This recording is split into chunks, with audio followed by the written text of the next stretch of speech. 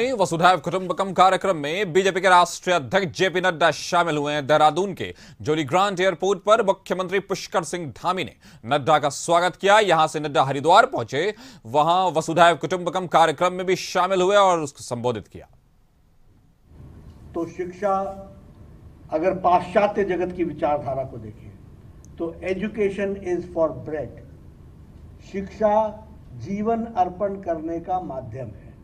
और जब हम अपनी विचारधारा को देखें और देव संस्कृति विश्वविद्यालय की भाषा को देखें तो हमें समझ में आता है कि इसकी शुरुआत ही संस्कार शाला से शुरू होती है और संस्कार का प्रेरणा स्रोत बनता है।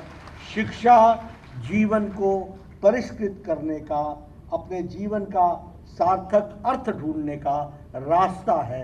यह हमको उसमें से समझ में आता है, जिसको देव संस्कृति विश्वविद्यालय भारतीय संस्कृति के ज्ञान को, भारतीय संस्कृति के तत्व को, भारतीय संस्कृति के ममत्व को जानने का प्रयास कर रही है। इसके लिए मैं विशेष करके बधाई देता हूँ देव संस्कृति विश्वविद्यालय को। अगर हम स्वास्थ्य की बात करें तो मैं आप सबसे इसके बारे में भी चर्चा करते हुए आपके ध्यान में लाना चाहता हूँ, क्योंकि मुझे 10 साल स्वास्थ्य मंत्री के रूप में भी काम करने का मौका मिला, प्रदेश में भी काम करने का मौका मिला, केंद्र में भी काम करने का मौका मिला। हमारी स्वास्थ्य की सोच भी बड़ी एकांगी रही। हमारी स्वास्थ्य की सोच भी बहुत ही सीमित रही और उसी को दुनिया ने हेल्थ मान लिया, उसी को दुनिया ने हेल्थ के दृष्टि से आगे बढ़ाने का काम किया। और वो क्या था? वो था क्यूरेटिव हेल्थ केयर। हमारे डॉक्टर, आपने सुना होगा, बड़े बड़े पढ़े लिखे डॉक्टर, उनसे बोलो परहेज क्या है, क्या परहेज करना? परहेज कुछ नहीं, खाओ सब कुछ, बस एंटीबायोटिक ले लो, और अगर ज्यादा बीमारी है तो एंटीबायोटिक का इंजेक्शन ले लो। यानी अपने शरीर को खराब भी करो और फिर उसको बनाने का इंतजाम भी करो।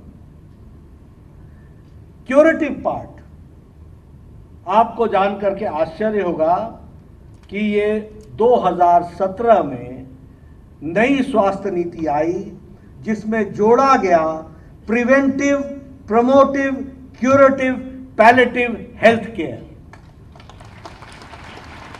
पहले हेल्थ को प्रिवेंट करो, उसको स्वस्थ रखो, उसको गड़बड़ न होने दो। अब हमारे यहां शब्द आ गया लाइफस्टाइल डिजीज, मतलब पहले लाइफस्टाइल खराब करो और फिर उसका उपचार में लगो। लाइफस्टाइल अच्छा रखो, इसकी कहीं भी चिंतन नहीं हुआ था। तो पहले हमने कहा प्रिमिटिव, फिर हेल्थ को प्रमोट करो, और फिर अगर बीमार पड़ते हो तो क्योर भी करो, और कुछ ऐसी बीमारी लग जाए जो लाइलाज हो तो उसमें शरीर को किस तरीके से लंबी अवस्था तक ले जा सकते हो, इसकी चिंतन करो, पैलिएटिव भी रखो। तो ये सोच लेकर के हम चले, और मुझे खुशी होती है कि देव संस्कृति विश्वविद्यालय आज योग, आयुर्वेदा और वनस्पति औषधि पर रिसर्च करके आगे बढ़ रही है। इसके लिए भी मैं आपको बधाई देता हूं, क्योंकि आपने स्वास्थ्य को भी सर्वांगीण रूप में देखने का प्रयास किया है। और वसुधैव कुटुंबकम क्या है? वो सभी तरह की विद्या को अपने पास आने देने की क्षमता रखने वाला है, बंद दरवाजे की तरह नहीं।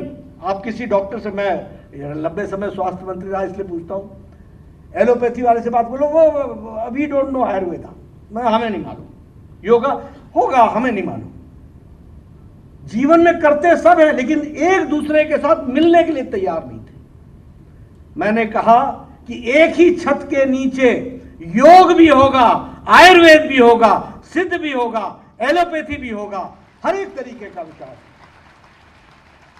समग्रता में सोचो, समग्रता में सोचो, और उस काम को आप कर रहे हैं, इसके लिए मैं आपको बधाई भी देता हूं।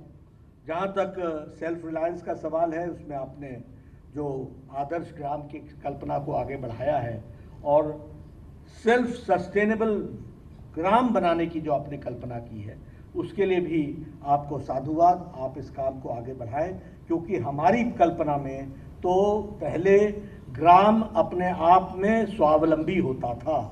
गांव में सारी व्यवस्थाएं आपस में मिलजुल करके व्यवस्थाओं को स्थापित करने की व्यवस्था थी। ये तो हम लोगों ने हर जगह सरकार पहुंचा दी और सरकार पहुंचने के तरीके से विचार आ गया, जो करे सो सरकार, मेरी बावड़ी का पत्थर भी लगे तो सरकार, और हमारा अपना कोई योगदान नहीं। लेकिन समाज और स्वावलंबी गांव के आदर्श ग्राम की कल्पना को आपने आगे बढ़ाया है, इसके लिए भी मैं इस विश्वविद्यालय के विचार को बहुत ही साधुवाद देता हूँ।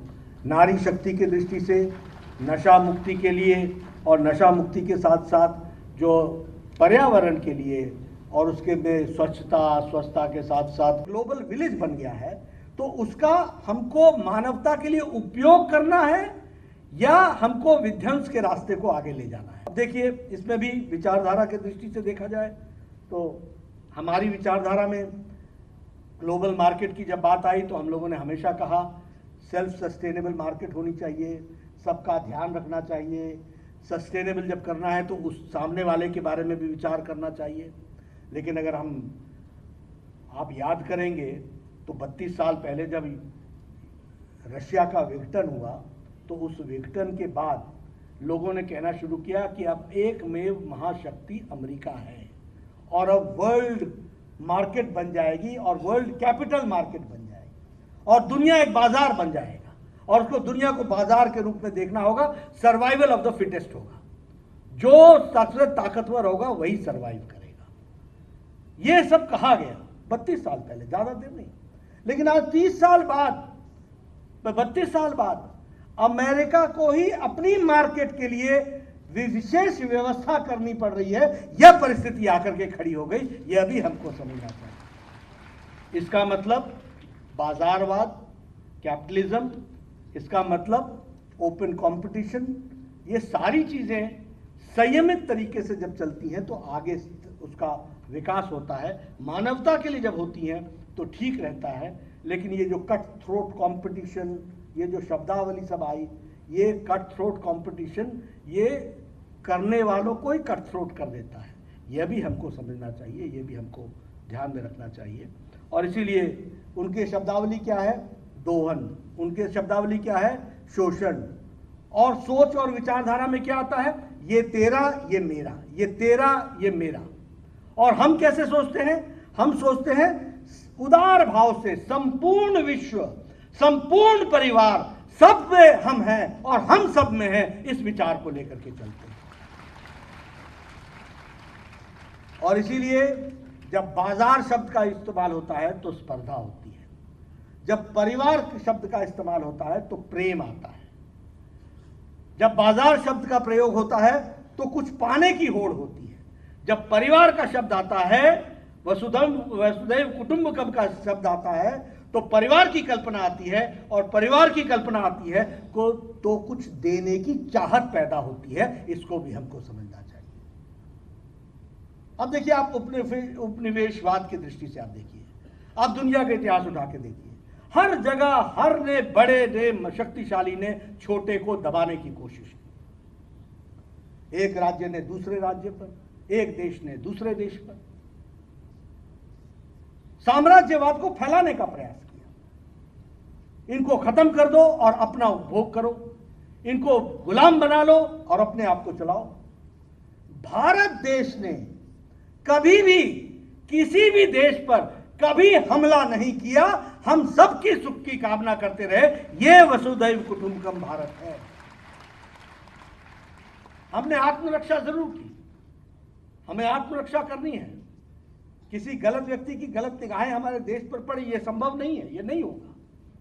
लेकिन हमने अगर जीता तो हमने विचार से जीता, हमने अगर जीता तो उसमें प्यार दिखा